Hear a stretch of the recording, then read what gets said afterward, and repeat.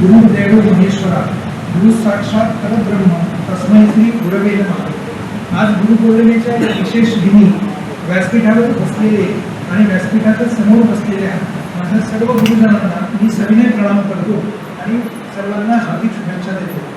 आजच्या या शुभप्रसंगी माझ्यावर असलेली जबाबदारी ही छान आहे पण थोडी कठीण आहे, कारण आजपर्यंत स्टेजवर उभं राहून बोलायची वेळ तशी कधी आलीच नव्हती। पण आज खुद्द उत्सवमूर्ती जयंतदादांच्या प्रेमाच्या शक्तीचा स्वीकार करून आणि तुम्ही सगळे माझेच आहात, काही चुकलं तर नक्की माफ कराल अशी आशा करून आजच्या कार्यक्रमाचं प्रास्ताविक करतो। माझा खास मित्र, सखा, नव्हे नव्हे तर गुरुच असलेला जयंतदादा याच्या बोल बळीराजाचे प्रश्न, संघर्ष आणि मार्ग या पुस्तकाचं प्रकाशन आज होत आहे। खरं तर पुस्तक आज प्रकाशित होत आहे, पण माझ्यासह अनेक जणांनी गेले वर्षभर प्रत्येक शनिवारची आवर्जून वाट बघत यातले लेख वाचले आहेत। प्रत्येक शेती करणाऱ्या शेतकऱ्याच्या शेती करताना असणाऱ्या समस्या, प्रश्न, त्यांना येणाऱ्या अडचणी आणि भावना या पुस्तकात एका जाती मातीच्या शेतकऱ्याकडून मांडल्या गेल्या आहेत। यातले जयंतदादांचे शब्द खूप मार्मिक आणि खोल अर्थाचे असेच आहेत, अर्थात हे त्यांच्या प्रगल्भ बुद्धिमत्तेचाच द्योतक आहे। हे लेख शेती करणारे भविष्यात शेती करावी असे त्यांची इच्छा आहे अशा सर्वांच्या उपयोगाचे आहेतच, पण याशिवाय जे शेती करू शकत नाही त्यांनाही सामाजिक भान देणारे असेच आहे। खरं तर जयंतदादा हा मी आणि अविनाश दादा या दोघांच्या वयाच्या मध्यावर असलेला, त्याला मी गेली 25-30 वर्ष जवळून ओळखतोय, अनुभवतोय आणि बघतोय। त्याचा पिंड खरं तर वक्त्याचाच आहे, पण तो चांगलं लिहूही शकतो हे त्याने भरपूर मनावर घेऊन आज खरं करून दाखवलं आहे। हे लेखच नव्हे तर आपल्या परिसरातील अनेक ओळखीच्या आता इथे उपस्थित असणाऱ्या लोकांवर त्याने लिहिलेली व्यक्तिचित्र सुद्धा आपण बऱ्याच जणांनी वाचली आहे। तसं त्याला लिखाणाचा कौटुंबिक वारसा हा मिळाला आहे। जयंताचे पणजोबा त्यांनी समाधान शतक नावाचं एक पुस्तक या खूप पूर्वी प्रकाशित केले। त्याच्या पुढच्या पिढीतील त्याची काकू श्रीमती गीता फडके यांचीही 2-3 पुस्तकं प्रकाशित झाली आहेत। आता त्यानंतर तिसऱ्या पिढीत दादाचं पुस्तक, त्याचं आज प्रकाशन समारंभ, त्याला आपण सगळेजण हजर आहोत। जयंतदादाच्या लेखनात खरं तर माझं तेच खरं असं कधीच अट्टहास नाही, पण जे खरं आहे ते प्रसंगी प्रवाहाविरुद्ध जाऊन वाईटपणा घेऊन पटेपर्यंत निर्भीडपणे मांडण्याचा त्याचा स्वभाव मात्र आम्ही याआधी खूप वेळा अनुभवला आहे। या लेखमालेतूनही तो स्वभाव आपल्याला लोकांना दिसतो आहे। मराठीतील एक प्रसिद्ध गीतकार जगदीश केबुडकर यांचं सत्यम शिवम सुंदरम असे एक गाणं, असं एक गीत या प्रसंगी आठवतं। त्या गीतामध्ये केबुडकर पहिल्या कडव्यात असं म्हणतात की शब्दरूप शक्ती दे, भावरूप भक्ती दे, प्रगतीचे पंख दे, चिमण पाखरा, ही ओढ बरीचशी जयंताच्या जवळ जाणारी। पुढच्या कडव्यात केबुडकर असं म्हणतात की विद्याधन दे आम्हास, एक छंद एक ध्यास। दत्तगुरूंचा निस्सीम भक्त असलेला जयंता गेले वर्षभर हा एक ध्यास घेऊन कार्य करत होता आणि ते कार्य करताना ते पाहायचं, ते साक्षीदार व्हायचं भाग्य आमच्या नशिबी होतं। खरं तर श्रोतेहो, खूप कठीण काम आहे हे, की एखादी गोष्ट वर्षभर सातत्याने करत राहणे। आपल्यातले खूप लोक वर्षाच्या सुरुवातीला असा एखादा संकल्प करतात आणि फार फार तर महिना 2 महिने तो संकल्प पुढे चालतो, त्यानंतर तो हळूहळू संकल्प करताच विसरतो की हा संकल्प मी केलाय। पण या बाबतीत मात्र असं झालं नाहीये। हे पूर्ण 1 वर्ष दर शनिवारी त्या साप्ताहिकामधून, त्या वृत्तपत्रातून कायम पुढचे लेख वेगवेगळ्या विषयांचे शेतीशी संदर्भात असलेले कायम येत गेले आणि असं पूर्ण वर्ष 52 आठवडे पूर्ण असा संकल्प जयंताने आपला पूर्ण केला।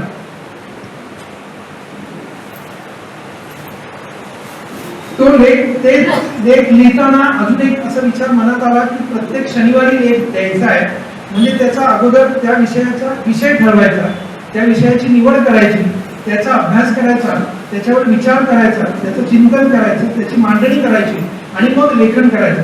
आता आत्ताच्या चालू काळात आपण बघतोय की ते लेखन करताना किती वेगवेगळ्या गोष्टींचं भान ठेवायला पाहिजे हे आता आपण अनुभवतच आहोत. या जेनझीच्या पिढीमध्ये कुठला शब्द कुठे त्याचा विपर्यास होईल या सर्वांचं पूर्ण जाणीव ठेवून हे काम जयंतदादांनी केलं आहे.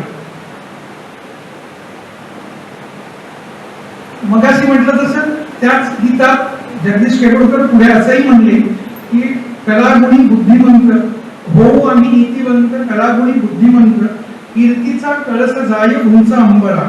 खरंय ना मंडळी, अशा प्रकारे जयंताच्या ध्यासातून तयार झालेले हे लेख म्हणजे ही लेखमाला आज पुस्तक रूपाने आपल्या समोर प्रकाशित होते आणि तो प्रकाशनाचा समारंभ होतोय तोही परमपूज्य स्वामी स्वरूपानंदांच्या वास्तव्याने पुनीत झालेल्या अशा पावस नगरीत. पुस्तक प्रकाशित करण्यासाठी चांगली प्रकाशन संस्था लाभली आहे, ती पण रत्नागिरीतलीच. आणि सोपेरो ज्यांच्या हस्ते या पुस्तकाचे प्रकाशन होते ते सुद्धा आपल्या पिढीतले एक शेतीनिष्ठ शेतकरीच. आणि तुम्ही सर्व जयंतदादावर प्रेम करणारी मित्रमंडळी, नातेवाईक, हितचिंतक, मार्गदर्शक, व्यासपीठावर हजर असलेले आणि त्यांचे आशीर्वाद लाभावे असे सर्व ज्येष्ठ विद्वज्जन आणि अधिकस्य अधिकांप्रमाणे हा दुग्धशर्करा योग जुळून आलाय, तोही गुरुपौर्णिमेच्या या शुभ दिवशी. देवगडचे प्रसिद्ध कवी श्री प्रमोद जोशी यांच्या माझ्या वाचनात आलेल्या कवितेतील ओळी त्यांच्याकडे कुसलवरीत मागून इथे जयंताबद्दल माझ्या भावना काय आहेत ते सांगण्यासाठी त्याचा वापर करतोय. ते त्या कवितेत असे म्हणले की सापडले हा भासत असतो, निसटले हीच वस्तुस्थिती, आणि कित्येक वेळा प्रत्यय येतो आपण ठरतो अल्पमती. अहो व्यासंगाच्या दिशा 100 कुठे कुठे शोधायचे, आपली चूल अणु एवढी हे ब्रह्म कसे रांधायचे. दादांना विचारतो किती वेळा अर्जुन कराल विश्वरूप तर कळतच नाही, आणि सुगंधाची चिंता करत आमचा धूप जळतच नाही. असो नमनाला घरावर तेल नसलं तरी पुरेसं तेल झालं आहे असं मी समजतो. आणि पुढील वाटचालीसाठी शुभेच्छा देताना यापुढेही वेगवेगळ्या शेतीविषयक सामाजिक कार्यात त्याच्याकडून उत्तम लिखाण असंच होत राहू दे असे त्याचे असीम दैवत असलेल्या दत्तगुरूंच्या चरणी प्रार्थना करतो आणि माझं प्रास्ताविक आवर्त घेत सूत्र अविनाश दादाकडे सुपूर्द करतो. धन्यवाद.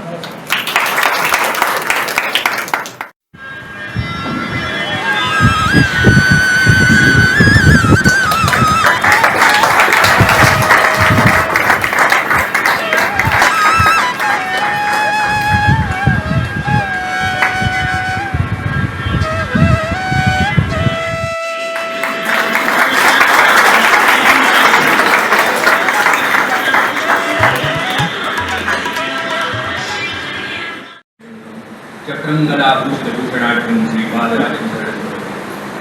आजच्या गुरुपौर्णिमेच्या देवी तुम्ही सगळेजण माझ्या दृष्टीने अतिशय गुरुतुल्य असल्यामुळं मी प्रथम प्रत्येकाला वेगळा करणं व्यवहारात शक्य नसल्यामुळे मी सगळ्यांना एकदाच नमस्कार करतो.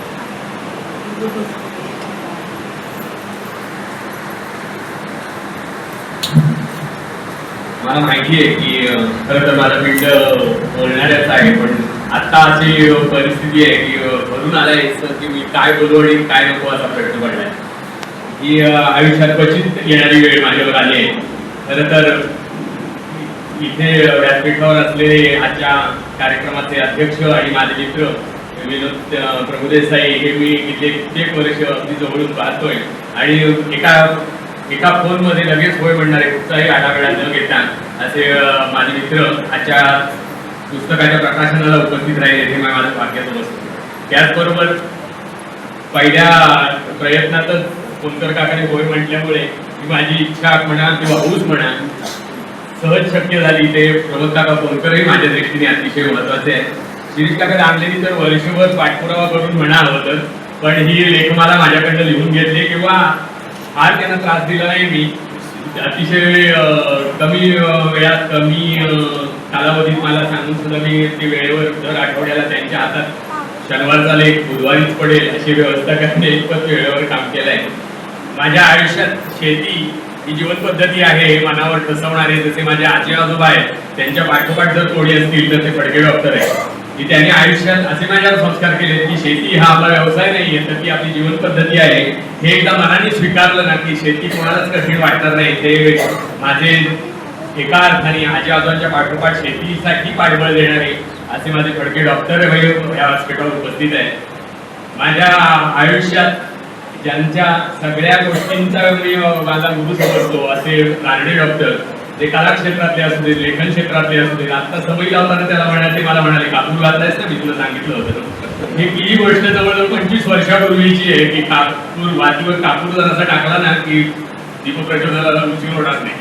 आणि इथपासून लहान लहान गोष्टी शिकवणारे नवी माझ्याकडून करून घेणारे, मग ते नाटक असू दे, आपला कोकणस्थानच्यात असलेला उकडीचा मुखवटा असू दे, कुठचाही गणपती रंगवायचा असू दे, कलेच्या क्षेत्रातले नव्हे तर आयुष्यातल्या प्रत्येक क्षेत्रात जे माझे गुरु आहेत असे रानडे डॉक्टर आज व्यासपीठावर हजर आहेत. आणि प्रेक्षकांना तर कोणाबद्दल बोलू, ज्यांनी माझ्या स्तुतीची सुमन आतापर्यंत भरपूर उधळले, ते माझे गुरुस्थानी नसलेले प्रमोद काका जोशी आहे, माझे सख्खे शेजारी आहेत, ज्यांनी आता प्रस्तावना केली. तो माझा मित्र असला तरी सुद्धा लहान लहान गोष्टी चुका सांगणारा माझा मित्र राजू आहे. वयाने लहान मोठे माझ्या घरातली माणसं आहेत, माझे काका आहेत जे आता इथे उपस्थित आहेत सत्काराला, ज्यांनी माझ्या पाठीवर हात ठेवून ह्या शेतीसाठी आम्ही तुझ्या पाठीशी आहोत, तू लढ असं म्हणणारे हे काका. माझे जे 2 वर्षापूर्वी वारले ते पुणे रत्नागिरीचे काका, त्यांनी आयुष्यभर माझी पाठराखण केली, अशी माझे नातेवाईक आहेत. माझा भाऊ आहे आता आलाय, जो वेळात वेळ काढून आता हजर आहे. असे कित्येक जण आहेत जे आता इथे उपस्थितही नाहीयेत, पण ते माझ्यावर प्रेम करणारे निश्चित लोक आहेत. त्यांच्यामुळे खरं तर बोलण्याबरोबरच काही लिहिणं हातून झालं. मला आठवत आहे की जवळजवळ 5-6 वर्षापूर्वी एका अधिक चातुर्मासातल्या अधिक महिन्यात मी त्या गुरुचरित्राचं लेखी पारायण केलं. मी पूर्ण गुरुचरित्र लिहिलं. तेव्हा कित्येक जणांनी मला थोडं उपहासात्मक म्हटलं, लिहिलेलं आहे तेच लिहिलंस ना, त्यात काय विशेष आहे, एखादा गुरुचरित्राचा अध्याय लिहून बघावा म्हणजे ते कसं कठीण आहे ते तुम्हाला कळेल. पण तेव्हाच मी ठरवलं काहीतरी आपल्या मनाचंही लिहिलं गेलं पाहिजे. गुरुचरित्र तर लिहिलं गेलं, पण काहीतरी आपल्या मनाचं लिहिलं गेलं पाहिजे. आणि तिथून ध्यास मनात निर्माण झाला की मी माझं आणि मी विचार केलेलं काहीतरी लिहायला हवं. अनेक वक्तृत्व स्पर्धा जिल्हा पातळीपासून राज्य पातळीपर्यंत भाग घेतला आणि त्यात यशस्वी झालो, काही ठिकाणी अयशस्वी झालो. पण लिहिण्याचं काम पहिल्यांदा जेव्हा केलं तेव्हा ते स्पर्धेला नाही तर हौशीनेच केलं. आणि मग आवड निर्माण झाली. आणि आता आपले मॅडम पण आले तिथे, त्यांनी माझ्यावरती अधिक संस्कार केले. लिहावं कसं, लिहिताना काय शुद्धलेखनाच्या स्तुती मांडावा, शब्दात गॅप सोडताना 2-2 टिंब का लिहावे, तिसरं का नसावं, इथपासून सांगणारे अनेक गुरु मला भेटले. म्हणून मी चांगलं लिहू शकलो किंवा जे लोकांना आवडेल, जे लोकांना कळेल आणि लोकांच्या सोप्या भाषेत ते मांडता येईल असं लिहिण्याचा मी प्रयत्न केला. खरं तर ही 52 शनिवार मला मिळाले होते. माझ्या दुर्दैवाने एका शनिवारी डबल लेख छापला गेला. म्हणजे गेल्या शनिवारचाच पुन्हा छापला गेला, तो शनिवार माझा एक गेला. आणि एका शनिवारी सुट्टी होती वृत्तपत्राला म्हणून गेला. नाहीतर 52 श्लोकांची गुरुचरित्रात असे 52 लेख हे माझे व्हावे अशी माझी इच्छा होती. पण गुरुनी सांगितले की जरा थांब, 2 अध्याय कमीच असू दे. आणि तेही बरोबर आहे. या सगळ्यातून कुठेही गर्वाची बाधा होऊ नये ही देवाची काळजी असावी. आणि त्यातूनही माझी दत्तगुरूंवर अपार श्रद्धा असल्यामुळे त्यांच्या श्रद्धेच्याच परिपाक म्हणून हे माझ्याकडनं लिहिलं गेलं असं मी मानतो. खरं तर कोकणातली शेती खूप कठीण आहे. आम्ही सगळेच जण अनुभवतो. माझ्यामध्ये तरी इथे उपस्थित असलेल्या अमरशेठ देसाईंसारख्या श्रीमंत शेतकऱ्यापासून अगदी बर्वे काकांसारख्या अगदी छोट्या शेतकऱ्यांपर्यंत सगळ्यांनाही कोकणातली शेती करणं किती कठीण आहे हे ज्याचा त्याचा अनुभव आणि ते अनुभवत आहे. पण ते अशक्य नाहीये हे मला लेखातून मांडायचं होतं. म्हणून मी पुस्तकाला नावच दिलं होतं की प्रश्न, संघर्ष आणि मार्ग.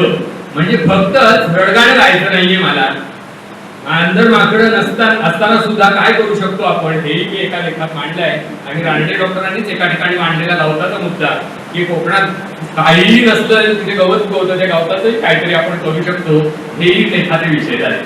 खरं तर 52-50 लेख ही खूप लहान गोष्ट आहे माझ्या दृष्टीने की इतके प्रश्न आहेत आणि इतके विषय मांडण्यासारखे आहेत की ते दर आठवड्याला एखादा विषय मांडायचा आणि त्याच विषयावर कॉन्सन्ट्रेट करून ते लिहायचं. हे कोणतर काकांना लेखाचं समीक्षण करताना आणि त्यातलं काय कट करावं आणि काय लेखात ठेवावं हे बघताना लक्षात आलं असेल की त्यातला एखादाही पॅरेग्राफ कमी करणं जीवावर व्हावं यावं असं ते लेखांचे शक्यतो वायफळ शब्द जाणार नाही असा प्रयत्न करून. मला तर शिरीष काकांनी 500 ते 600 शब्द सांगितले होते, त्याच्या पुढे गेला तर तुझा कॉलम संपणारच येत आहे, याच्या पुढे नाही जाऊन चालणार.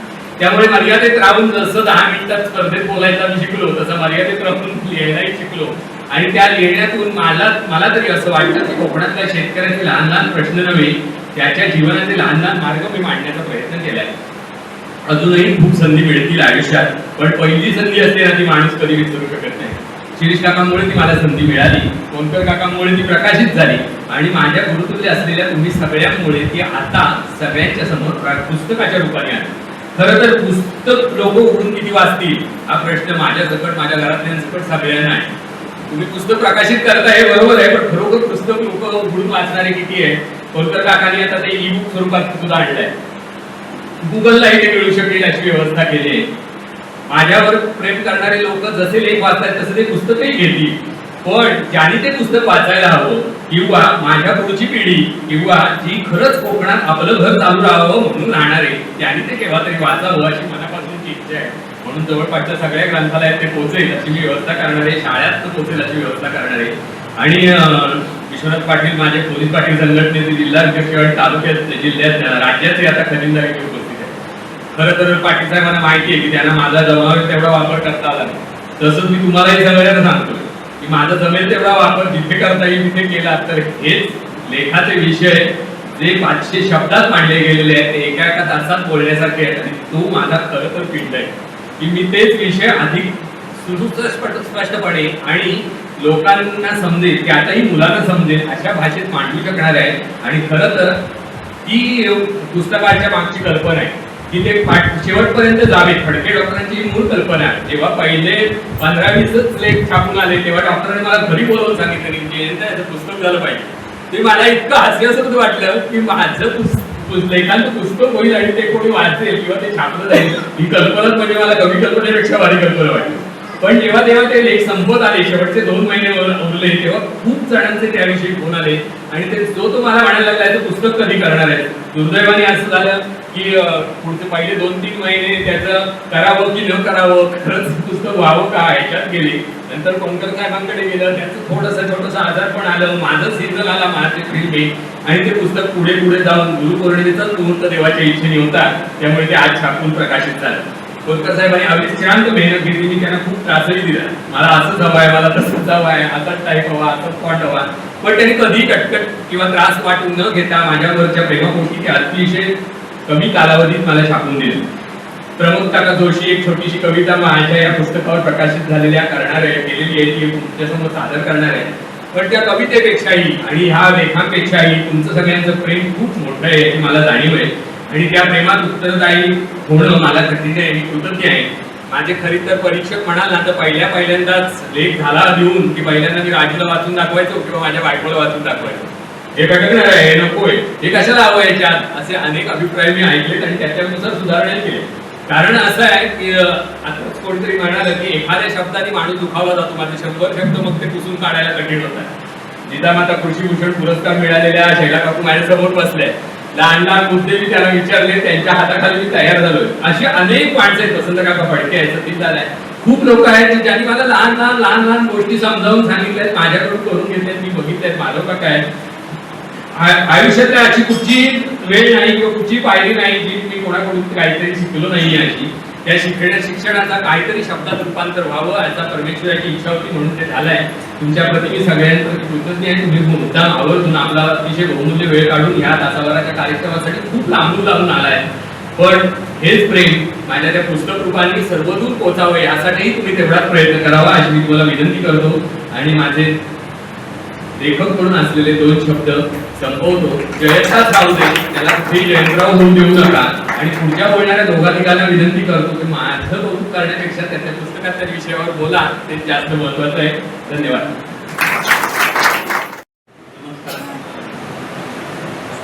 कुठलंही पुस्तक असताना त्या पुस्तकामध्ये जे अनेक पानं असतात त्यात एक पान असतं प्रकाशकाचे 2 शब्द. म्हणजे प्रकाशकाने 2च शब्द सांगायचे असतात. लिहिताना असेल किंवा बोलताना तरी 2 शब्दात काय शक्य आहे, फार चांगलं एवढं थांबावं लागेल. 2 मिनिटात येणार आहे, थांबवणार आहे. आज असा आलेला आहे की मी सकाळमध्ये कधी म्हणजे 35 वर्ष सेवा केली. माझ्या नंतर माझ्या गाडीवरती रत्नागिरीच्या आवृत्ती सांभाळण्यासाठी आलेले श्री तांबे, तर सकाळमध्ये प्रसिद्ध झालेली जिल्ह्यातून मला होती की त्यांनी प्रसिद्ध करून आणली केली की त्याचं पुस्तकाचं रूपांतर आता होत आहे, ते त्यांच्या उपस्थितीत होत आहे. आणि शेती या विषयावरती जे आहे वेगळं आहे. सकाळमधल्या सेवेनंतर मी प्रकाशनाचा व्यवसाय सुरू केला आणि आज जे आपण पुस्तकाला प्रकाशित केलं हे आमचं 34वं पुस्तक आहे. आणि जी आवृत्ती धरली तर 35 पुस्तकांपर्यंत आम्ही पोहोचलेले आहोत. आणि हे फक्त कोकणासाठी म्हणूनच केलेलं आहे. कोकणाचेच विषय आम्ही आमच्या पुस्तकात असतात आणि हे वेगळे पण इथेही होतं. आता लेखकांनी सांगितलं की मर्यादित लिहावं लागलं, पण मर्यादा जरी असली तरी विषय अमर्याद आहे.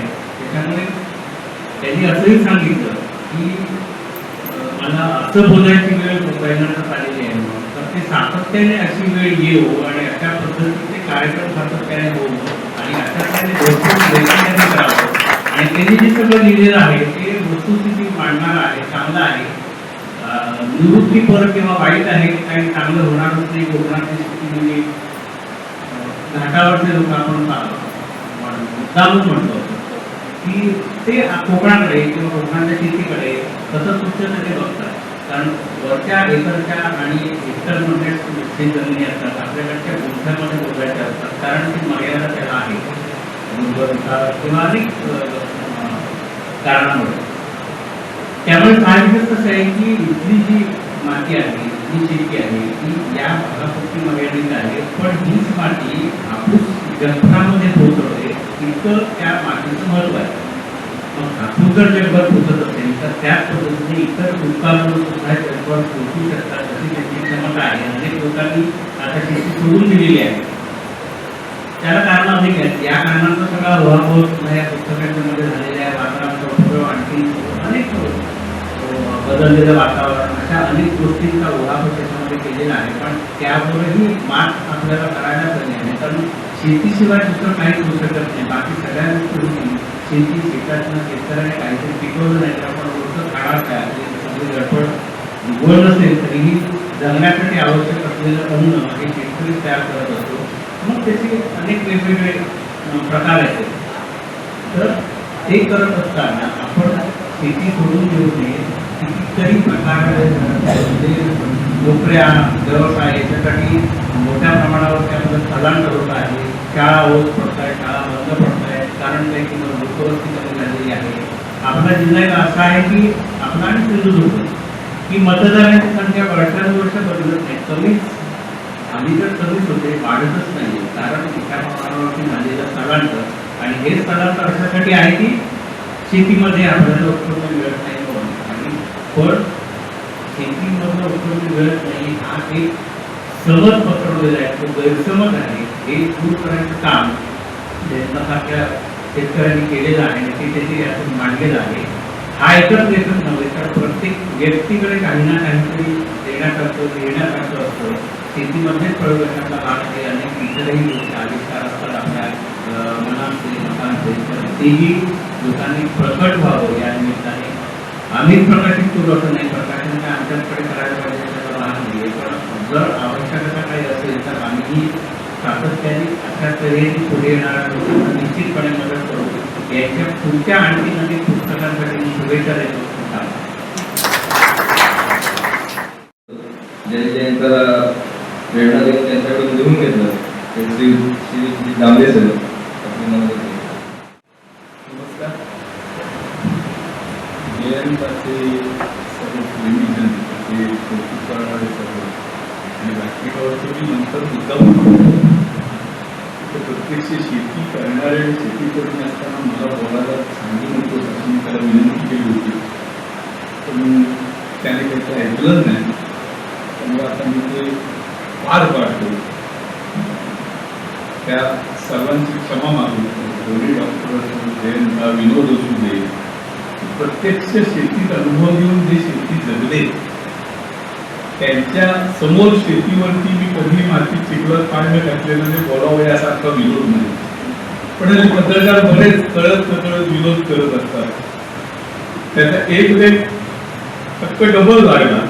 मी म्हटलं लोकांची मागणी होती म्हणून लागला असं किंवा तसा, की त्या लेखाला इतकी मागणी आली की पुन्हा छापायला लागला. गमतीचा भाग सोडून दिला. तरी या पद्धतीचं लिखाण प्रसिद्ध व्हावं हा माझा अट्टास होता. ते जयंताने मला चांगले शब्द शिकवले की प्रेरणा दिली.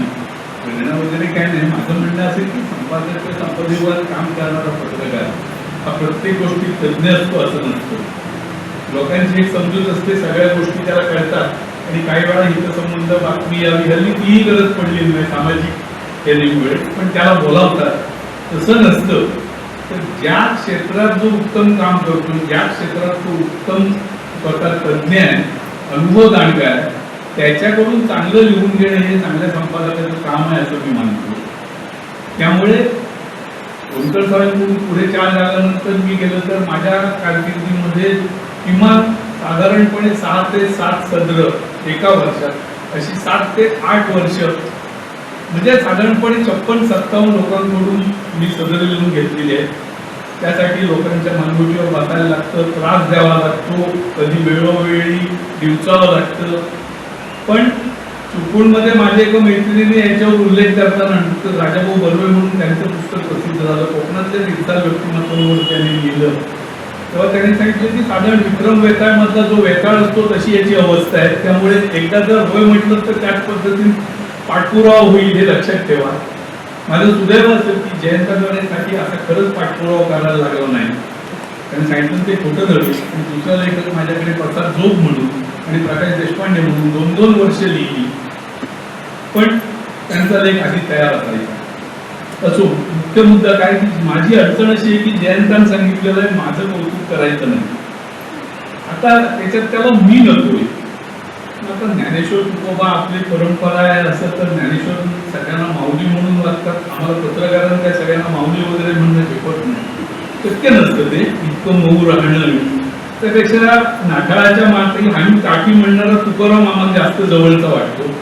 आणि त्याच नाऱ्याने तुकोबारायांचा आधार म्हणून मी सांगतो, आपुलिया बळे नाही मी बोलत. माझं नव्हे, तुकारामांचं आहे. जयंताचं म्हणणं तुकारामांचं आहे.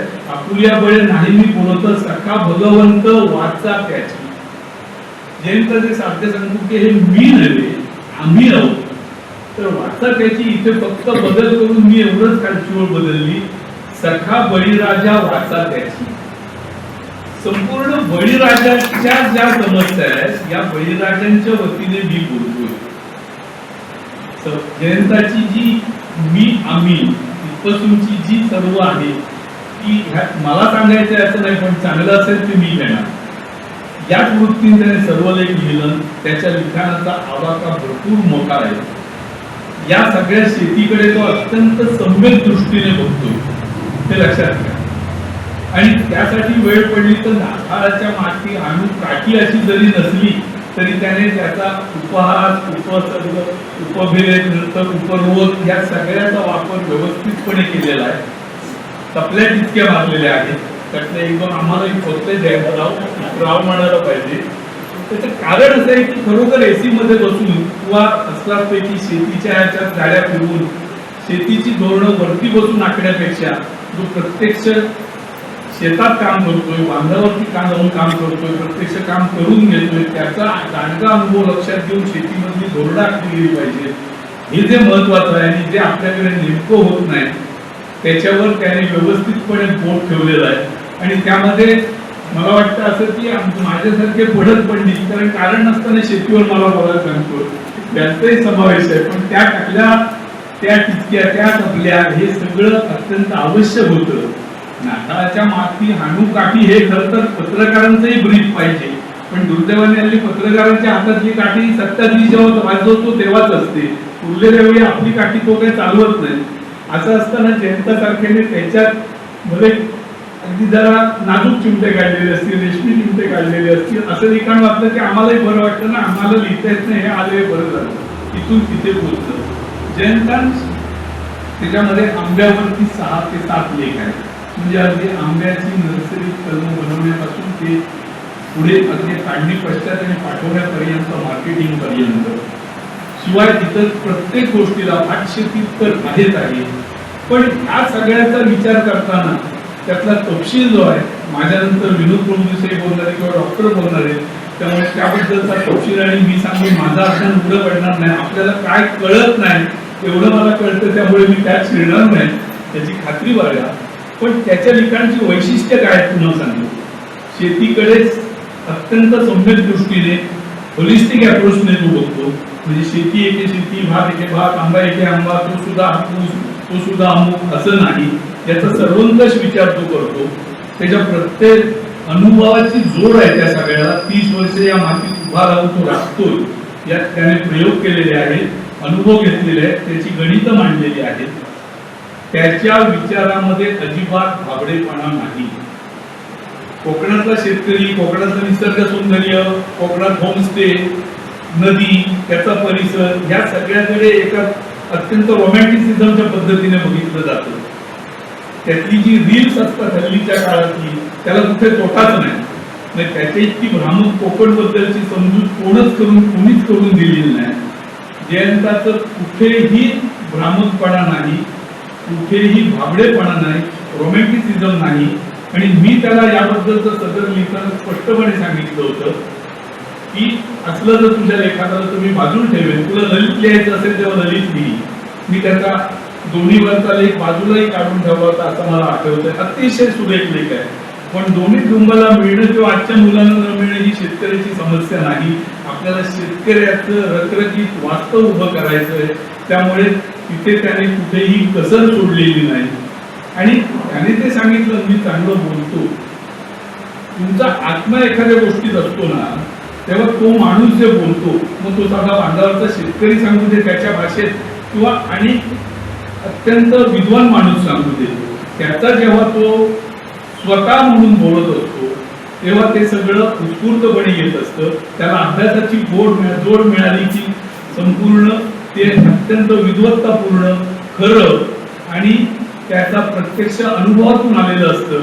त्यामुळे जो चांगला बोलतो, भरपूर नव्हे, मी चांगला शब्द वापरतो, जो चांगला बोलतो त्याला लिखाण करणं कठीण नाही. हा माझा अनुभव असल्यामुळे मी अनेक जणांनी या पद्धतीने लिहून घेतलेला आहे. तर जयंताचे यातले जे लेख आहेत त्याच्या रखरखीत वास्तव त्याने जे मांडलं, त्याच्यात जुनं आमच्या वेळी होतं तेच चांगलं होतं. आता आमच्या वेळी म्हणणार इतपत ती पहिली पिढी, जयंतानी माझी दुसरी पिढी आणि तिसरी पिढी चालू आहे. अशा वेळी रोज जळतो, आमच्या वेळी काय भारी असतं असं नाही. प्रत्येक पिढीला भारी चालूच असतं. कारण कॉलेज वगैरेचे दिवस असतात तेव्हा लोक सांगायला लागतात. शेतीत तसं सांगायची गरज नसते, पण सांगितलं जातं. जयंतान तसंही सांगितलेलं नाही. जुनं काय आहे, जुन्याबरोबर कोणत्या नव्याचा अंगीकार करायला हवा आहे, याचीही जाणीवपूर्वक आणि प्रत्यक्ष अनुभवाचा साधार नोंद त्याने अशा लेखातून केलेली आहे. मग त्याच्यासाठी बरोबर जमिनीचा कस कसा वाढवायचा, गांडूळ खत चालवायचं का, मातीची धूप कशी होते ती कशी थांबवायची, आधुनिक तंत्रज्ञान वापरताना चिखलनीला ट्रेलर कुठं उपयोगी पडत नाही किंवा त्याच्यामुळे काय फरक पडतो, ते ती आधुनिक तंत्रज्ञान वापरताना, यांत्रिक अवजारं वापरताना काय त्याच्यामध्ये करायला लागेल, अशा सगळ्या गोष्टींची मांडणी त्याच्यामध्ये आहे. आता यातले मला यांनी आमच्या कार्यकर्त्यांनी एक थोडा वेळ कमी करून दिलाय, त्यामुळे मी फार वाढवत नाही, तरी सुद्धा सांगतो की त्याच्या सामाजिक, आर्थिक, शैक्षणिक, राजकारण, कारण निवडणुकांमध्ये शेतकरी कसा भरडला जातो आणि कसा ओढला जातो, तरुण पोरं कशी ओढली जातात, याचं सर्वाचा उल्लेख, सर्व विषय त्याने अत्यंत उत्तम पद्धतीने हाताळलेले आहेत. आणि उत्तम पद्धतीने मी म्हणून त्याच्यासाठी सांगतो की टिपेचा टीकेचा सूर नाही, तो जुनं तेच चांगलं हा म्हणण्याचा विषय नाही. नव्याशी चांगला जुळवून घेऊन जगणं आवश्यकच आहे. शेती हा व्यवसाय नसला, त्याच्यात त्याचं अतिशय एक चांगलं वाक्य, अशी एक वाक्य आहेत त्याची, त्याच्यामधली की जी चमकदार नाही, पण जी सूत्र म्हणून तुम्ही सांगितली तर संपूर्ण आवाका लक्षात येतो त्या लेखाचं काय असेल. त्यात त्याने आंब्याबद्दल एक असं लिहिलंय वाक्य की आंब्याला पूर्णपणे मशीन लावलं की हापूस रसाळ आंब्यापेक्षा तो प्रॉडक्ट म्हणून बाहेर पडणार. ह्याच्यातल्या शब्दातली भावना आणि शब्दाचा भाव जर त्यातला तुम्हाला जर कळला तर तो नेमकं काय म्हणतो हे लक्षात येईल.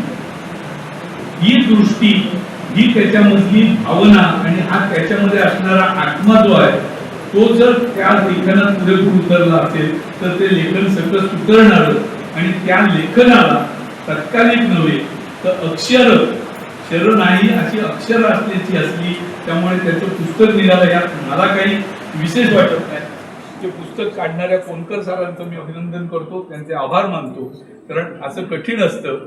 आता लाईट गेलाय की आजच्या गुरु दिवशी तू अधिक बोललास, थांब, शेतीवर जास्त बोलू नको, हे सांगण्याचा संकेत आहे की काय असं वाटतो आणि थांबतो. धन्यवाद. आनंद मिळवण्यासाठी आपण सगळे जमलो आहोत. अभ्यासोनी प्रकटावे या तत्वानुसार, आधी केले मग सांगितले या न्यायानुसार, आणि जे जे आपण असे ठावे ते ते इतरांशी सांगावे, आणि शहारे करून सोडावे सकळ जग या हेतूनुसार बोल बळीराजाचे ही मालिका प्रसिद्ध झाली होती. आज ती पुस्तक स्वरूपात प्रकाशित होण्यासाठी सिद्ध आहे. या निमित्तानं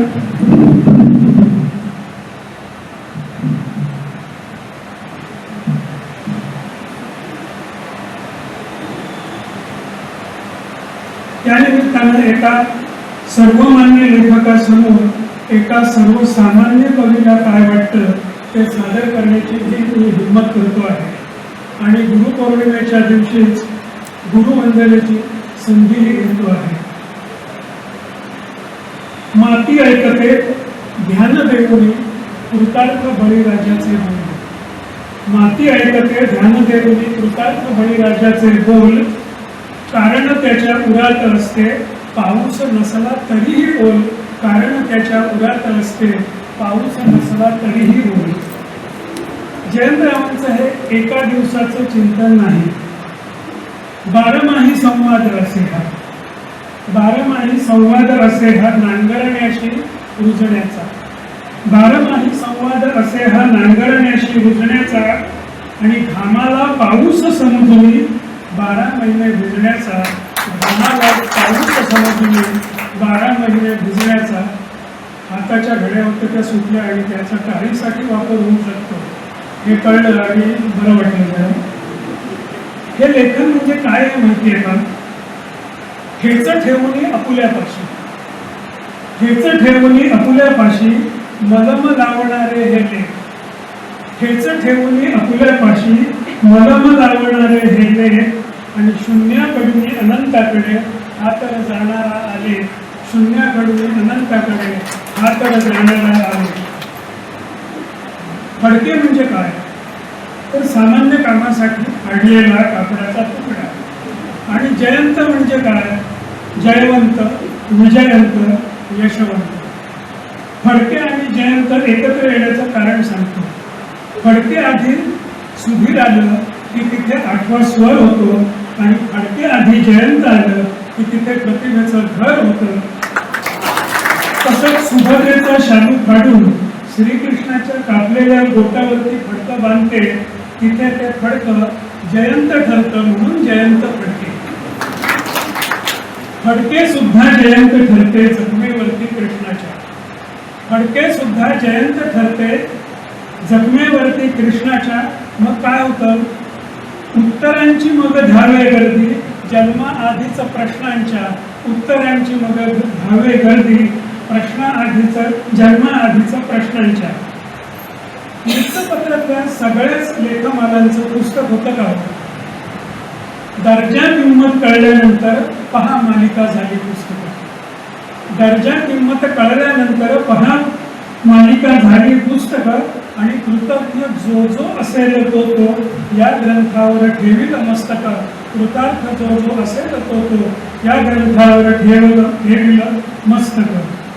जयंतरावांची कोणतीही कृती उक्ती ही कृतीशिवाय नाही, म्हणून ही केवळ व्यक्ती नाही तर ही वृत्ती आहे. आधी केले मग सांगितले असेच बळीराजाचे बोल. आधी केले मग सांगितले असेच बळीराजाचे बोल. आणि रोज खणून या व्यासंगाची विहीर गेली आहे खोल रोज म्हणून या व्यासंगाची विहीर गेली आहे खोल ही ओळ बहुतेक टाळ्यांची नसावी. नेहमी पुस्तकाला प्रकाशनामुळे प्रकाश मिळतो. नेहमी पुस्तकाला प्रकाशनामुळे प्रकाश मिळतो.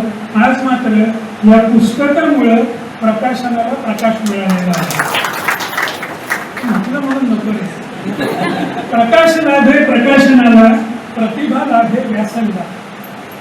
प्रकाश लाभे प्रकाशनाला प्रतिभा लाभे व्यासंगा आणि अध्यात्मापरी लाभो श्रद्धा अशा वेगळ्या सत्संगात अध्यात्मापरी लाभो श्रद्धा अशा वेगळ्या सत्संगात तुम्ही कंटाळा तुम्हाला माहिती आहे आणि ते ज्याला ओळखता येतो तो चांगला करेल.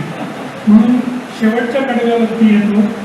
एक वैश्विक विधान आहे की अंबानींच्या खिशात पैसे असतील पण शेतकऱ्याच्या घरात नक्की एक 10 किलोची पिशवी तांदूळ भरलेली असते.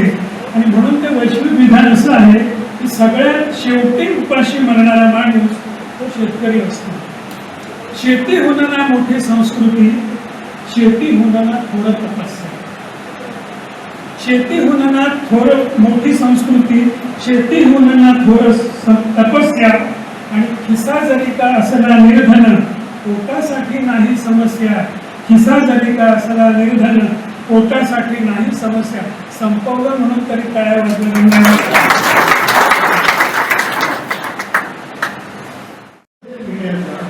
हा अतिशय सुंदर होता आणि प्रत्यक्षात आले तर त्याच्यापर्यंत आपण किती लोक वाचतील काय करतील पण ज्यांना नक्की शेतीबद्दल माहिती किंवा आत्मीयता आहे ते 100% वाचतील आणि त्याच्या काही करू शकतील.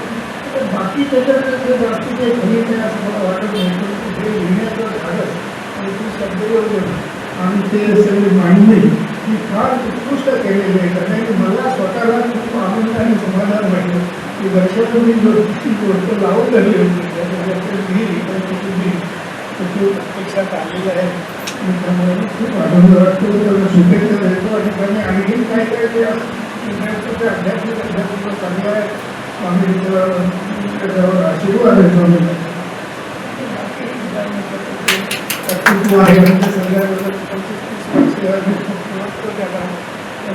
अधिक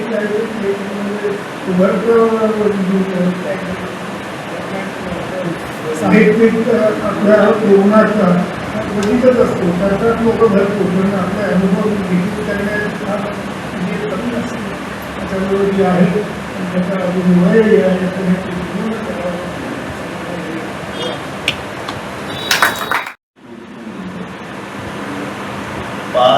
पादग्रासेसम नावाची आमची संस्था आहे.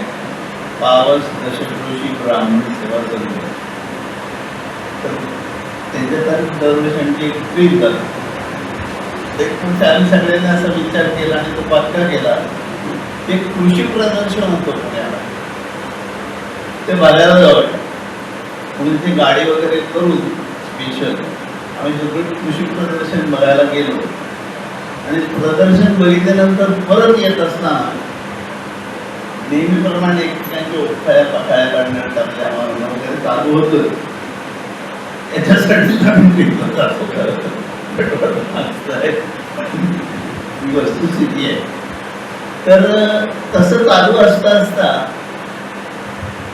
डॉक्टर पण होते की आम्ही असा मनाशी विचार केला की आपण ह्या प्रदर्शनाला एवढ्या लांबून आलो तो परस्परांचा सहवास याच्याशिवाय आपल्याला काय मिळालं.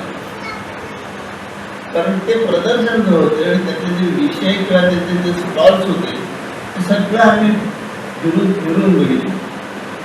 आणि त्यातला एकही स्टॉल असा नव्हता किंवा एकही गोष्ट अशी नव्हती की जी आम्हाला पुण्यातल्या शेतीसाठी उपयोगी पडेल. आमच्या दृष्टीने ते कृषी प्रदर्शन म्हणजे घाटावरच्या शेतीचं केलेलं प्रदर्शन होतं. आमच्यासाठी त्यात काही उपयोगाचं नव्हतं. ही चर्चा आमची तिथे बसमधून परत येत असताना झाली. त्याच्यानंतर इथे आल्यावर मासिक सभा असते त्यातही ही चर्चा झाली की आपण आपल्या कोकणातली शेती आणि कोकणाचा शेतकरी यांच्या दुःखाला, प्रयत्नाला, कष्टाला कोण वाचा पडणार? कोणतरी वाचा फोडली पाहिजे. कारण तशा अनेक कला आहेत, तशी लेखन ही एक कला आहे. आणि लेखन कसं असावं तर त्याची सगळ्यात मोठी कसोटी ते वाचनीय असावं. मग वाचनीय असलं तर 700 वर्ष वाचलं जातं, हे आपण स्वतःचा अनुभव घेतो. आणि म्हणून त्याने आम्हाला तो जेव्हा म्हणाला की मला अशी संधी मिळते, मी कोकणातल्या शेतीवर लेख लिहिणार आहे, हे आमचं बोलणं झालं. आणि त्याच्यानंतर ते लेख लिहायला लागले. सगळे लेख आधीच वाचनात आले, आता ते पुस्तक रूपात आले.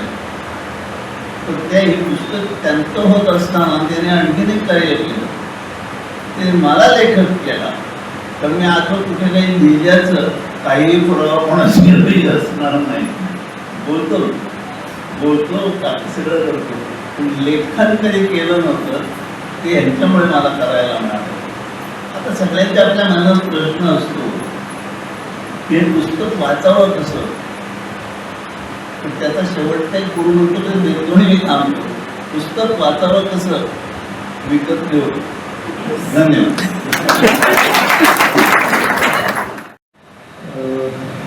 मी आज सकाळी सहज जाताना बोललो मला आहेच ना 4 वाजता, एवढे बोलून थांबले नाही, म्हणाले तू 4 शब्द बोलले पाहिजे.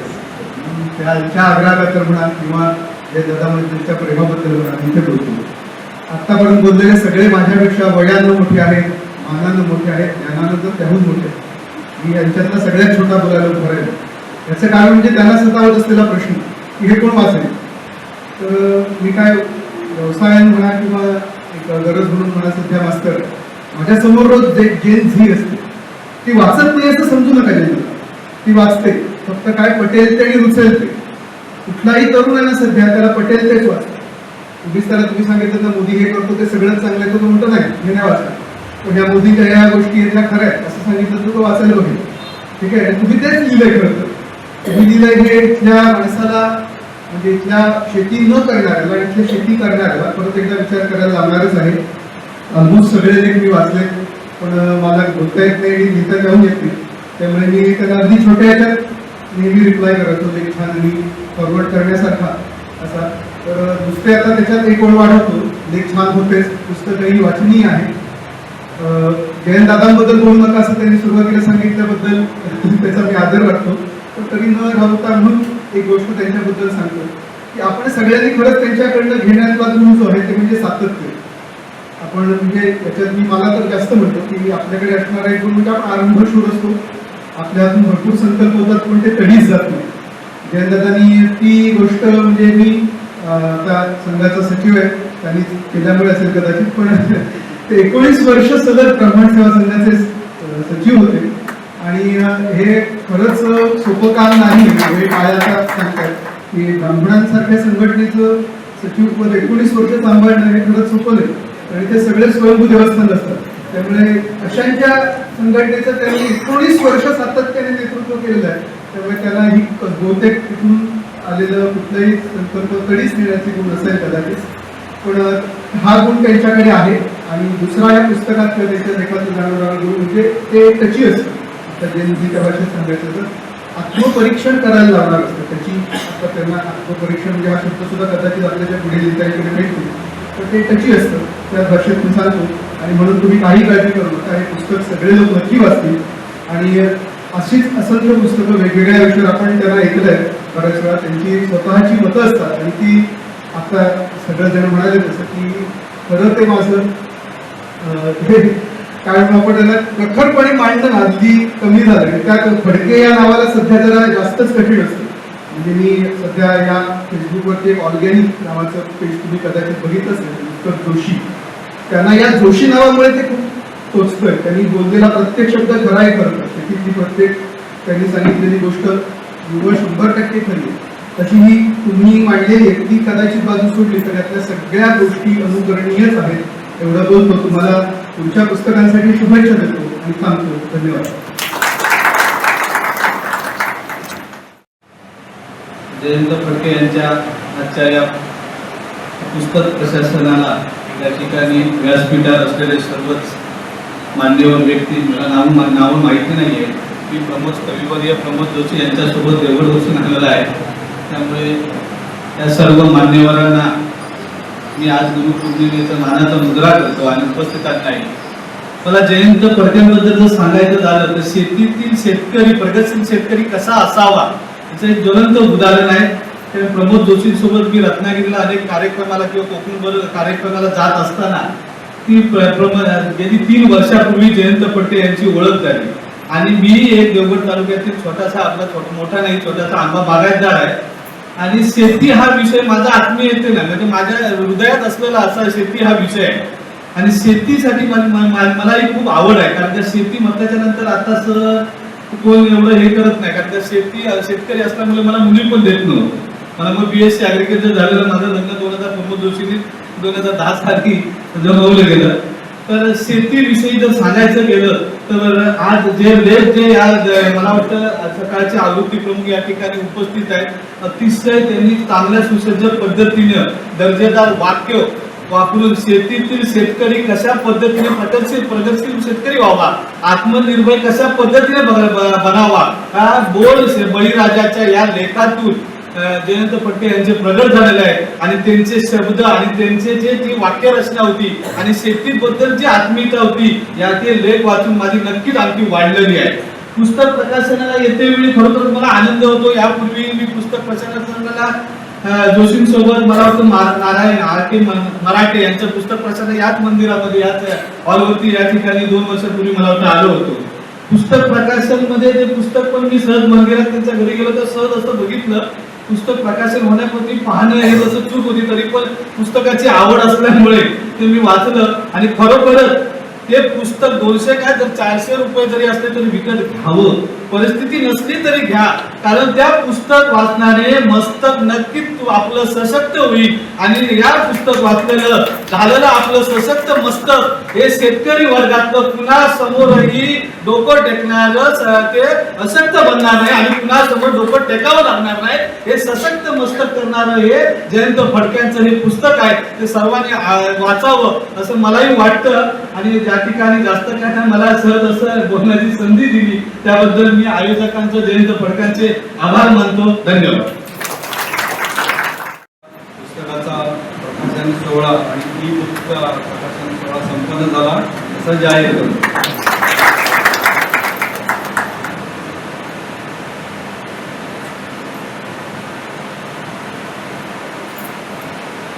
स्वामी स्वरूपानंदांच्या या पवित्र पावन भूमीत आणि स्वरूपानंद स्वामींचं नाव रामचंद्र आहे आणि आपण श्रीरामाच्या मंदिरात आपण आमचे मित्र जयंत फडके, जयंत म्हटले उपस्थित आहोत. आणि या उपस्थित कार्यक्रमाला व्यासपीठावर सकाळचे आवृत्ती प्रमुख शिरीष सर दामले, सत्वश्री प्रकाशन व कोकण मीडियाचे सर्व प्रमोदजी कोणकर, तसंच मी लहानपणापासून आमचे बोलतज्ञ डॉक्टर म्हणून कमी ओळखतो, पण शेतकरी म्हणून डॉक्टर कसे झाले हा मला प्रश्न होता त्यावेळेला. ते आमचे फडके डॉक्टर.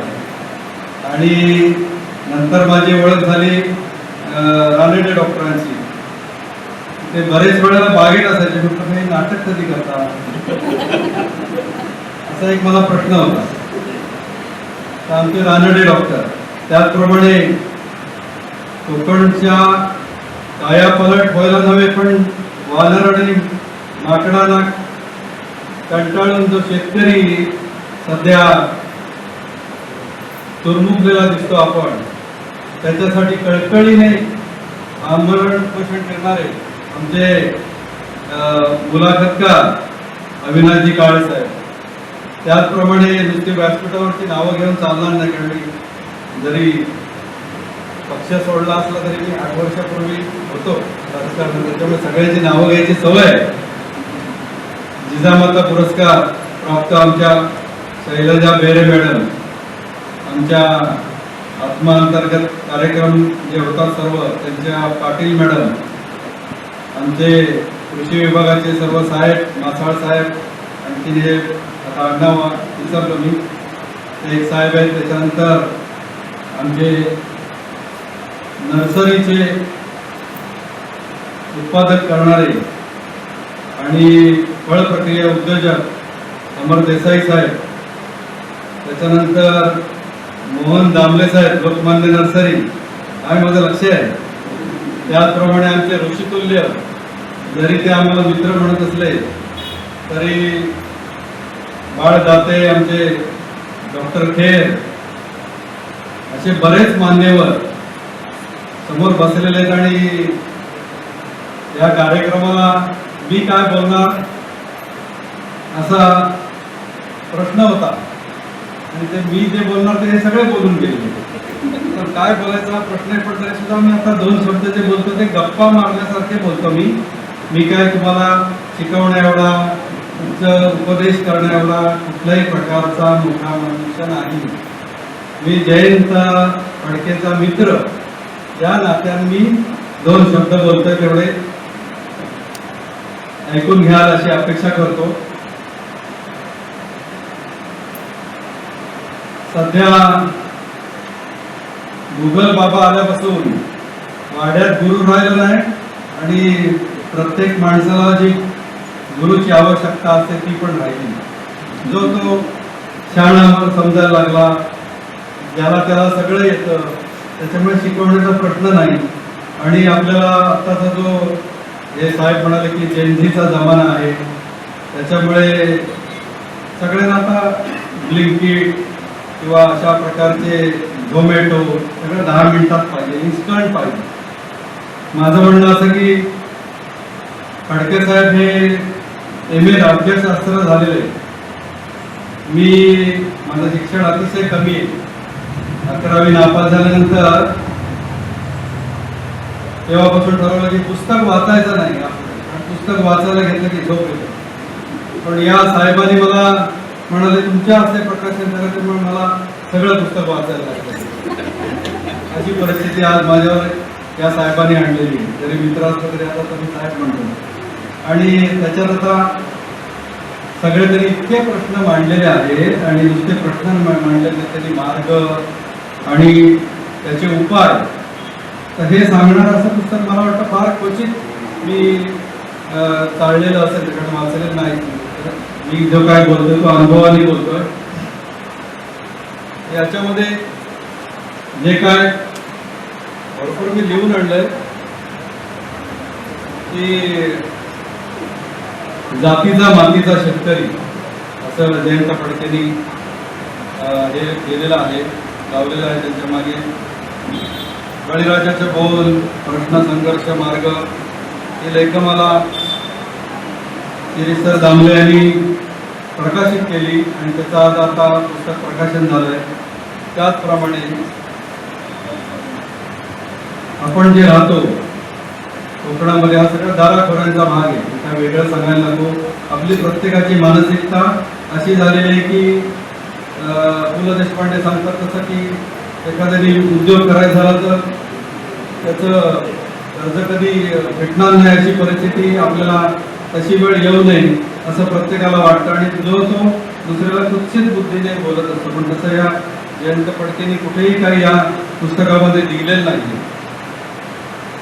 या सर्व आपण जे कष्ट करतो त्याच्यामध्ये जे भरपूर संयम बाळगणारी माणसं ही सगळी आपण आहोत. आज कुठचंही झाड लावलं किंवा अगदी भातशेती लावली तरी वानर माकडं आहेत. त्यांनी सांगितलेले कुठचे फळबाग किंवा फळझाड लावलं, बागायत लावली तरी त्रास आहे.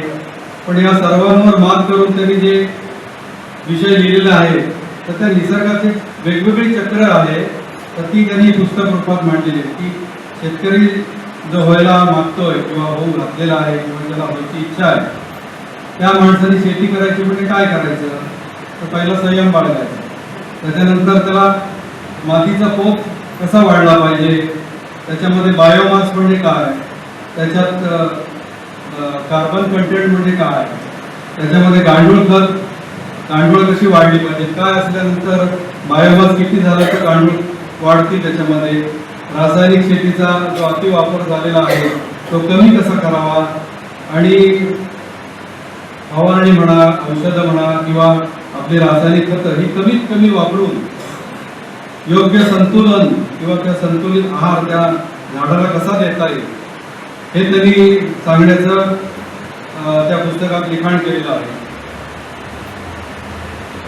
त्याप्रमाणे तांबड्या मातीतील शेतकऱ्यालाच नव्हे तर जो शेतकरी नाही पण ज्याला शेती करायची इच्छा आहे त्यालाही हे पुस्तक मार्गदर्शक करेल. ज्यांच्यासाठी कुठलाही विषय सोडलेला नाही, मग त्याच्यात राजकारण असो, समाजकारण असो, या सगळ्या आपल्या विषयामध्ये मत्स्यशेती असो, मधुमक्षिका पालन असो, समुद्र सेवा म्हणजे त्याला स्पिरुलिनाच्या आजकाल गोळ्या, एक सांगलीचा मनुष्य स्पिरुलिनच्या गोळ्या विकून आज मोठा झालेला आहे. त्याच्यामध्ये सगळी आपली जी फळबाग आहे, फळबागेमध्ये आंबा काजू सारखे असताना रातांब्याची झाडं आहेत. रातांब्यापासून जे आता वेलकम ड्रिंक म्हणतात, आपलं कोकम सरबत इथपासून तर आपला गावठी मध कसा मिळेल. आता सध्या पाचल जवळ एक मला वाटतं एक मधाचं गाव म्हणून मला वाटतं रवींद्र प्रभुदेस यांनी घोषित केलेलं आहे. तर असे काय काय मी थोडेसे माझ्याकडनं अनावधान किंवा मुद्दामून एक उल्लेख येतील की तुम्हाला या सगळ्या कार्याला जयंत फडकेंच्या गती यावी आणि आपल्याला पण वाटावं की आपण पण काहीतरी केलं पाहिजे. तर असे सगळे त्यांनी गोवा या याच्यात केलेलं आहे. त्याच्यामध्ये तृणधान्य, कडधान्य, गंधपिके, रानभाज्या, गवती चारा पिके, पशुधन, भाजीपाला, वनसंवर्धन, मसाला पिके, ॲग्रो टुरिझम, त्याच्यानंतर कृषी विद्यापीठे आणि संशोधन. या संशोधनाचाच विषय आहे, पण आम्ही पण जे काय संशोधन झालेले कृषी विद्यापीठाचं त्याच्यावर आम्ही व्यवसाय करतोय, त्याच्यामुळे मी कोणत्याही शब्दाचे गैर बोलणार नाही.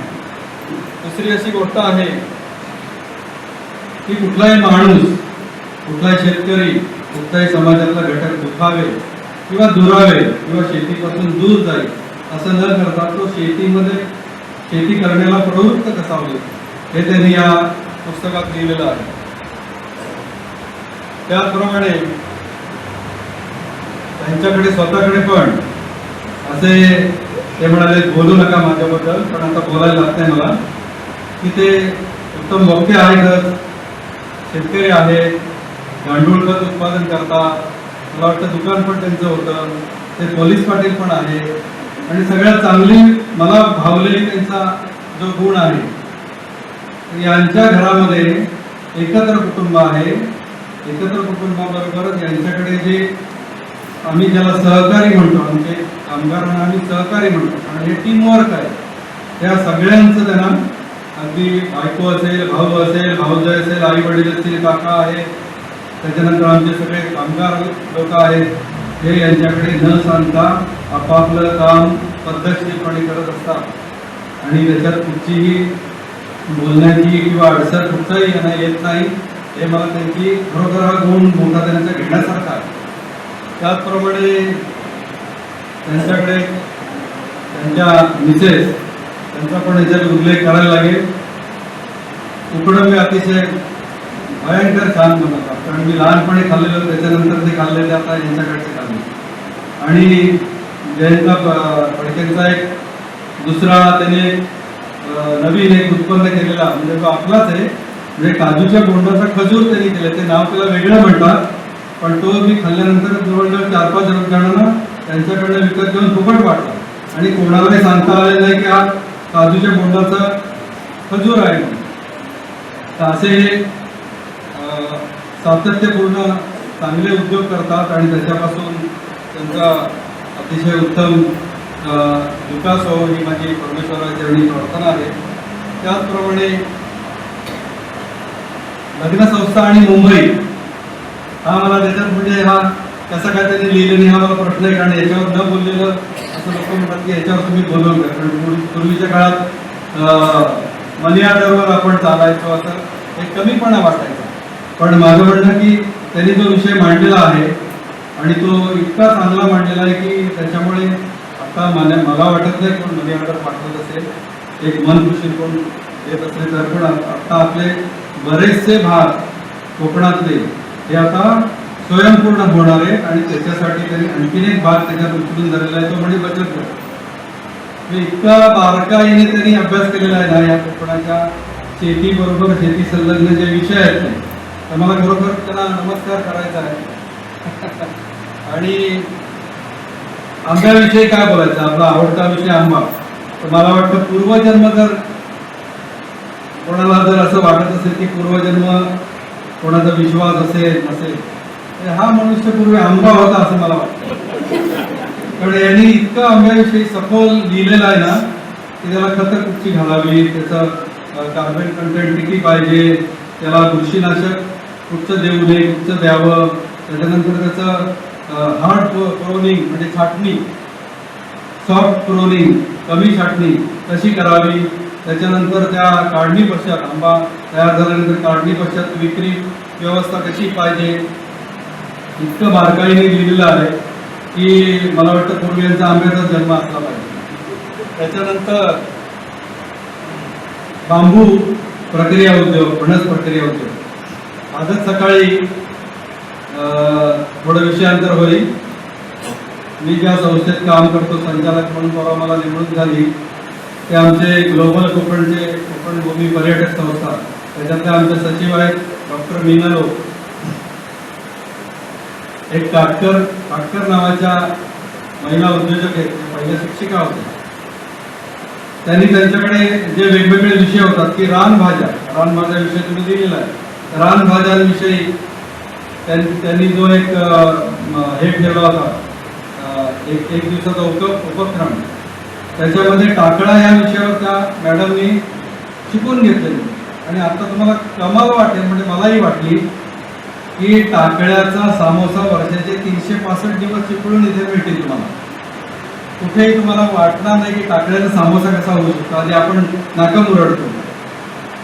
दुसरा एक असा माणूस आहे की इकडे शेरलिन मोठा नावाचं एक हॉटेल आहे, विवेक पाटील म्हणून तिथे मालक आहे. त्यांच्याकडे मी कुठच्या तरी कार्यक्रमाला गेलो होतो. कटहल बिर्याणी म्हणजे फणसाची बिर्याणी, शुद्ध शाकाहारी. आज ही कटहल बिर्याणी कामत्यामधला एक मुलगा आहे, त्याला उद्योग नव्हता, त्या माणसाने शिकून घेतलं. हे सगळे कार्यक्रम तिकडे अमोल गौत आणि मंडळी करत असतात, ड्रायव्हिंगचे मालक. आणि तो वर्षाचे 365 दिवस कटहल बिर्याणी मिळते. मी अगोदर ऑर्डर द्यायची, जशी आता मोदक मिळतात लक्षात आलं की जशी कटहल बिर्याणी मिळते. तर माझं म्हणणं फार आता जास्त मी बोलत नाही, मी देऊन आणलेलं आहे भरपूर. पण आता गंमत म्हणजे यांचे काही शब्द मला आवडले. थोबाड पुस्तक म्हणजे फेसबुक आणि AC मधले कॅल्क्युलेटर पंडित असे, म्हणजे कोणाला राग येता कामा नये, चिमटे काढायचे, अजिबात त्याला वाईट वाटता कामा नये. सतरंजा उचलून वडापाव समाधान अनुभव आहे, अशी कढीपत्ता नाही. त्याच्यानंतर अब दिल नाही लागता, गुरख्यांची भाषा, ठेकेदार कल्याण योजना. हे आता मी तुम्हाला नुसते सुचवते, तुम्हाला याची रंगत यावी म्हणून तुम्ही पुस्तक नक्की वाचा. आणि पहिलं पान घेतलं की शेवटचं पान होईपर्यंत तुम्ही ठेवणार नाही, त्याची पूर्ण गॅरंटी.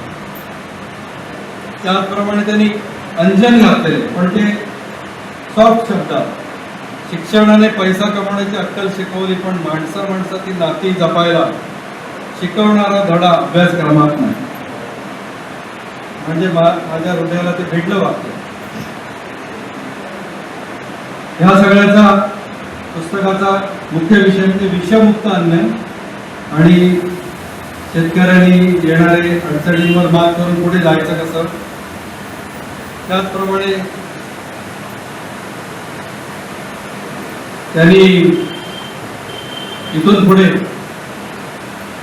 मला असं वाटतं, माझ्या मनातलं मी बोलतोय, हे आता झालेले पुस्तक प्रकाशनाच्या निमित्ताने, की आपल्या जगातली 40% लोकसंख्या भारत आणि चीन या देशामध्ये जगते आहे आणि उत्तम रीतीने जगते आहे. प्रश्न सगळ्यांनाच आहे, पण जगातली 40% आणि या आपल्या भागामध्ये 3 ऋतू आहेत. त्याच्यामधला भारत देशामधला, महाराष्ट्रामधला, कोकण एरियामध्ये आपण आहोत. तर यदा कदाचित जसं पूर्वजन्म मी बोललो तसा जर पुनर्जन्म झाला, शक्यतो होऊ नये पण झाला, तर माझी अशी इच्छा आहे की मला जयंतासारखा मित्र मिळावा पुढच्या जन्मी. हे मी तुम्हाला ईश्वर चरणी ही प्रार्थना करतो आणि असेच उत्तम उत्तम लेखन त्यांच्याकडनं होऊन उत्तम उत्तम त्यांची पुस्तकं लोकांना वाचता यावी आणि त्याच्यापासून उत्तम उत्तम लोकांनी शेती म्हणा किंवा त्याच्यामधून प्रगती करता यावी असं मी या श्रीरामचरणी प्रार्थना करतो. आणि माझे शब्द जे तुम्ही 2 शब्द ऐकून घेतलात, जरा जास्तच झाले माझे शब्द ऐकून घेतलात, त्याच्याबद्दल तुमचे आभार मानतो. तुम्ही सगळे जिज्ञासू रसिक प्रेक्षक आहात आणि साहेबांनी माझी निवड केलेली म्हणून त्यांचे पण आभार मानतो आणि 2 शब्द संपवतो.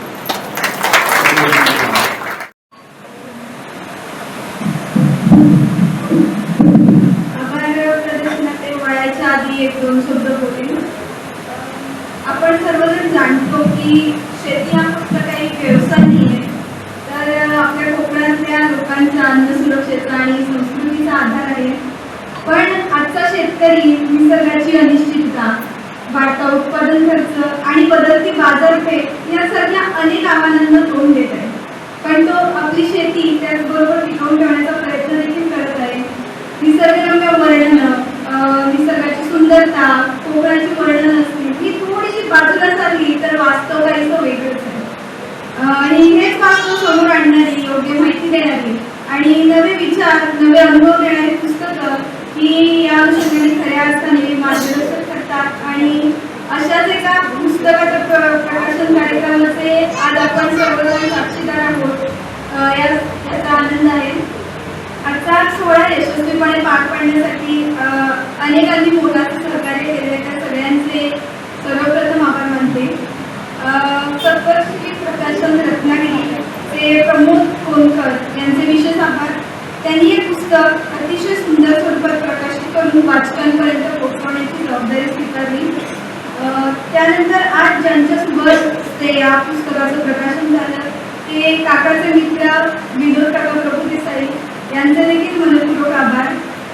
ते आपले शेतीविषयक अनुभव आणि सखोल अभ्यास यातून अनेक शेतकऱ्यांना मार्गदर्शन करत असतात. तसेच ते यशस्वी नर्सरी व्यावसायिकही आहेत. यानंतर मी आभार मानेन सकाळच्या रत्नागिरी आवृत्तीचे प्रमुख श्री शिरीष काका दामले यांचे. त्यांनी सकाळ दैनिकमध्ये प्रत्येक शनिवारी न चुकता या लेखांचे प्रकाशन केले आहे. तसेच उपस्थित काकाचे गुरु आणि सगळ्यात आधी पुस्तक प्रकाशनासाठी त्यांनी पाठिंबा दिला ते डॉक्टर काका फडके आणि डॉक्टर काका रानडे यांचेही आभार मानते. त्यानंतर आपल्या सर्वांना परिचित असे देवगडचे प्रमोद जोशी शिबिर कवी यांनी या कार्यक्रमाची सुंदर अशी कविता अतिशय ओघवत्या शब्दात तयार केली आहे. त्यांचेही आभार मानते.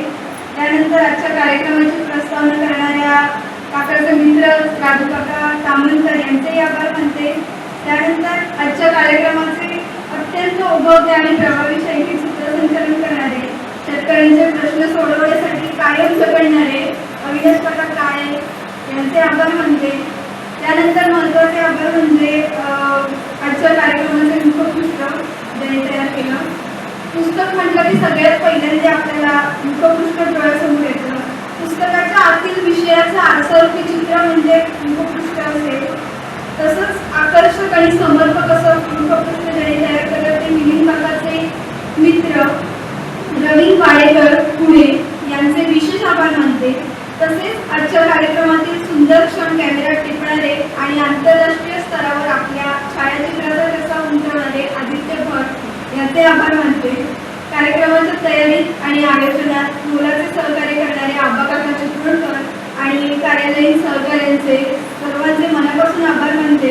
आणि शेवटी तुम्ही सर्वजण शेतकरी बांधव, मित्र परिवार आणि उपस्थित प्रत्येकाचे आभार मानते. आपले प्रेम, सहकार्य, आशीर्वाद असेच कायम राहो हीच प्रार्थना करते. आणि आज गुरुपौर्णिमा आहे, तर गुरुपौर्णिमेच्या निमित्ताने एक सिंधुदुर्ग स्तोत्र म्हणूया आणि आजच्या कार्यक्रमाची सांगता करूया.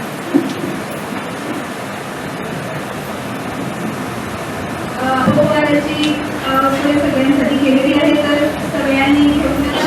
नरसिंहराजा जय विजयी भव दिग्विजयी भव श्रीमदखंड श्री विजयी भव श्री विद्याधरी राधा सुरेखा श्रीरापीधर श्रीपादा जय विजयी भव दिग्विजयी भव श्रीमदखंड श्री विजयी भव माता सुमती वात्सल्यामृत परिपोषित जय श्रीपादा जय विजयी भव दिग्विजयी भव श्रीमदखंड श्री विजयी भव सत्य ऋषीश्वर दुरितानंदन पावनायक श्रीचरणा जय विजयी भव दिग्विजयी भव श्रीमदखंड श्री विजयी भव सवित्रपाशक शयन पुण्यबल भरद्वाज ऋषिगोत्र संभवा जय विजयी भव दिग्विजयी भव श्रीमदखंड श्री विजयी भव सौभाती देव लक्ष्मी घन संख्या बोधित श्रीचरणा जय विजयी भव दिग्विजयी भव श्रीमदखंड